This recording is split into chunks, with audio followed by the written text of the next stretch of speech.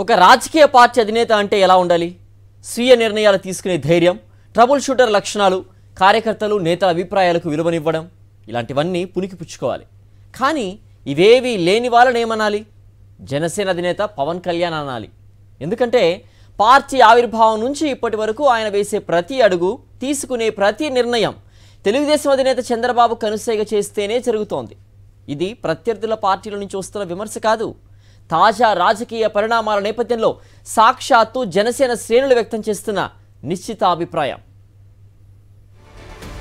టీడీపీతో పొత్తులో జనసేనకు కేటాయించిన 24 అసెంబ్లీ సీట్లలో ఇప్పటికీ కేవలం 5 స్థానాలకు మాత్రమే అభ్యర్థులను ప్రకటించిన పవన్ కళ్యాణ్ మిగిలిన 19 స్థానాల పేర్లు ఇంకా ప్రకటించలేదు. ఇందుకు కారణం తెలుగుదేశం పార్టీ అధినేత చంద్రబాబు తుది అనుమతి కోసం ఎదురు చూస్తున్నారట. ఇదే విషయం ఇప్పుడు జనసేనలో హాట్ టాపిక్ గా మారింది. చంద్రబాబు సూచన మేరకు 2-3 జాబితాలుగా వెలువడే అవకాశం ఉందని జనసేన నేతలు చెప్తున్నారు.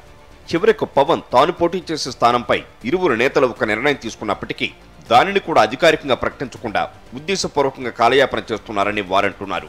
పవన్ కళ్యాణ్ ముందుగా అనుకున్న పేరుపై చంద్రబాబు అభ్యంతరం చెప్పిన కారణంగానే జనసేన తొలి జాబితాలో అది లేదని జనసేన వర్గాలు వెల్లడిస్తున్నాయి. ఈ లెక్కన జనసేన పోటీ చేసే మిగిలిన 19 స్థానాల జనసేన అభ్యర్థుల ఎంపిక కూడా చంద్రబాబు ఆమోదం కావాల్సి ఉంటుందని వారు స్పష్టం చేస్తున్నారు. మరోవైపు చంద్రబాబు జనసేనకు 24 అసెంబ్లీ స్థానాలే కేటాయించడాన్ని కూడా పవన్ పవిత్ర గాయత్రి మంత్రంతో గొప్పగా పోల్చుకున్నారని, నిజానికి హిందూ సంప్రదాయం ప్రకారం ఆ మంత్రాన్ని చెవిలోనే ఉపదేశిస్తుంటారని, ఈ లెక్కన జనసేనకు కేటాయించిన 24 సీట్లలో ఎవరు పోటీ చేయాలన్నది చంద్రబాబు పవన్ చెవిలో చెప్పిన తర్వాతే తమ అధినేత అధికారికంగా ప్రకటించాల్సి ఉంటుందని జనసేన నాయకులే చిలోక్తులు విసురుతున్నారు. మరోవైపు 2019 ఎన్నికల్లో టీడీపీతో సంబంధం లేకుండా జనసేన వేరుగా పోటీ చేస్తున్నప్పుడే పవన్ 30,000కి పైగా ఓట్లు తెచ్చుకున్న పలు స్థానాలను కూడా ఇప్పుడు పొత్తులో జనసేనకు కేటాయించలేదు.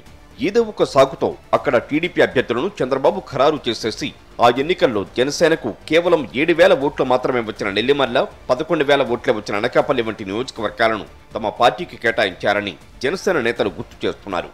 అయితే ఇదంతా లోకేష్ రాజకీయ భవిష్యత్తు కోసమే చంద్రబాబు పవన్ మాటలకు విలువ లేకుండా చేశారని జన సైనికులు అంటున్నారు. ఒక వ్యూహం ప్రకారం తమ అధినేతను ఆయన చెప్పు చేతల్లో ఉంచుకునే ఎత్తుగడలో ఉన్నారని జనసేన నేతలు అనుమానిస్తున్నారు.